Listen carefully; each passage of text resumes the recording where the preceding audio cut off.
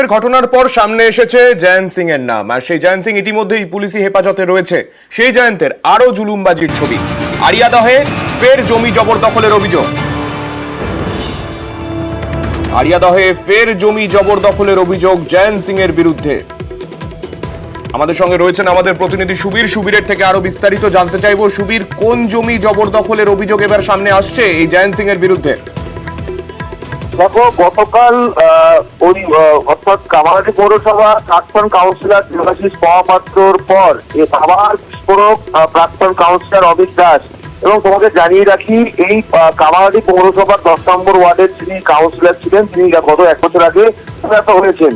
এবং সেই সুযোগকে কাজে লাগিয়েই 10 নম্বর ওয়ার্ডে হরিচরণ চ্যাটার্জি স্ট্রিট এলাকাতে একটি 5 কাঠা জমি, সেই 5 কাঠা জমি গোটা জমি টিন দিয়ে ঘিরে রেখেছে জয়ন্ত সিং এবং তার দলবল।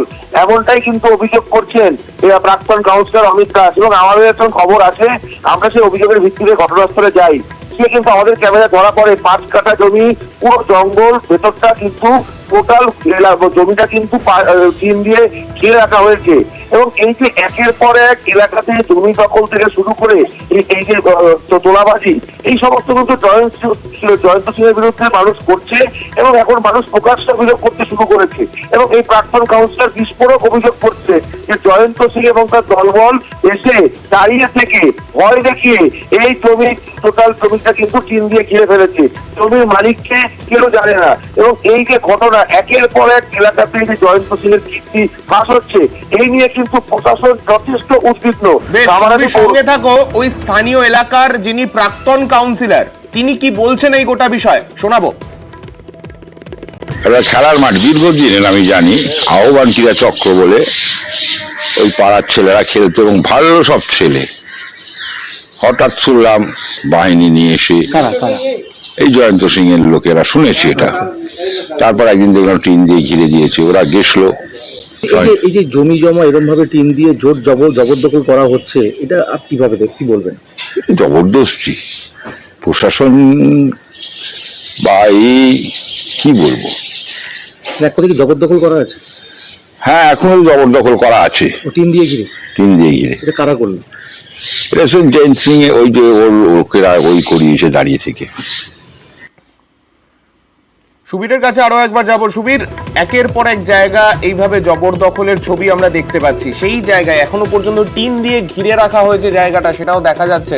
যারা স্থানীয় বাসিন্দা তারা কি বলছেন?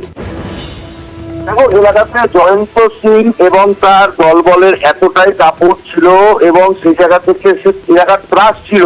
তার ভয়ে কোন রকম কেউ যদি মুখ খুলতো তাহলে হয়তো সে মারধর শিকার হতো বা তার বাড়িতে আক্রমণ করা হতো।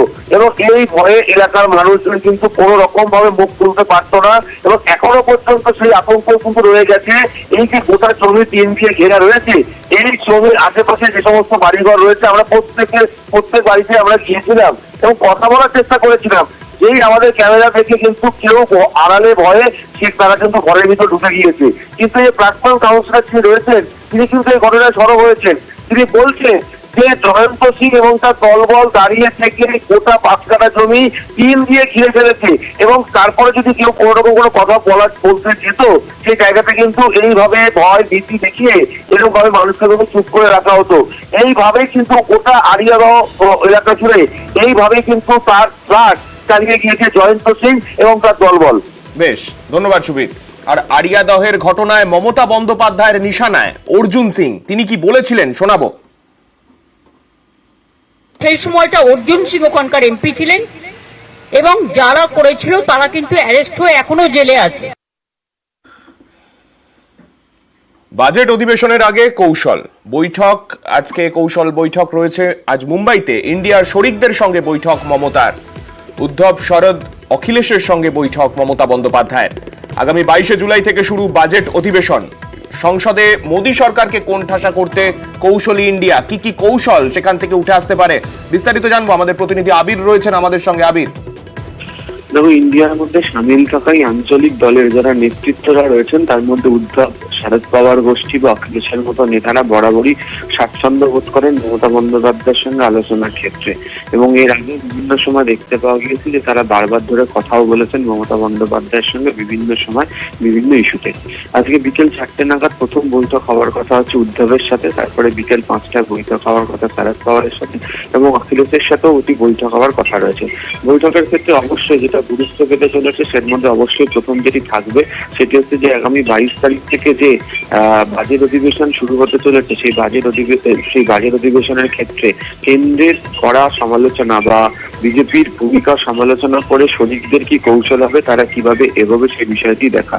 দ্বিতীয় যে বিষয়টিকে তারা সর্বাধিক গুরুত্ব দেবেন সেটা হচ্ছে যে নিট, এবং একই সঙ্গে হচ্ছে দ্রব্যমূল্য বৃদ্ধির ইস্যু, এবং হচ্ছে কেন্দ্রীয় এজেন্সির অতি সক্রিয়তা, তা নিয়ে তাদের বারবার ধরে সরব। এছাড়া যেহেতু মহারাষ্ট্র থেকে আজকে তিনি বৈঠক করবেন শরদ পাওয়ার এবং উদ্ধবের দুজনের সাথেই, যেহেতু সামনেই মহারাষ্ট্র বিধানসভা নির্বাচন রয়েছে, সেখানে ইন্ডিয়াতে সামিল হওয়া এই আঞ্চলিক দলের নেতারা নিজেদের মধ্যে কৌশলগত অবস্থান দেখে কিভাবে লড়াই করবেন সেই সংক্রান্ত ভূমিকা নিয়ে আজকে আলোচনা হতে পারে মুম্বাইতে। ধন্যবাদ আবির। আর গতকালই মুম্বাই পৌঁছেছেন মুখ্যমন্ত্রী মমতা বন্দ্যোপাধ্যায়, আর মুখ্যমন্ত্রী মুকেশ আম্বানির সাক্ষাৎ হয় গতকাল মুম্বাইয়ের হোটেলে। মমতা মুকেশ আম্বানি সাক্ষাৎ কাল বিকেলেই মুম্বাই পৌঁছেছেন মুখ্যমন্ত্রী। তারপরেই আজ মুকেশ পুত্র অনন্তের বিয়েতে যোগ দেওয়ার কথা রয়েছে মমতা বন্দ্যোপাধ্যায়ের। তাছাড়াও একাধিক রাজনৈতিক কর্মসূচিও রয়েছে মুখ্যমন্ত্রী মমতা বন্দ্যোপাধ্যায়। তার আগেই গতকালই তিনি মুম্বাইয়ের একটি হোটেলে সেখানে দেখা করেন মুকেশ আম্বানির সঙ্গে।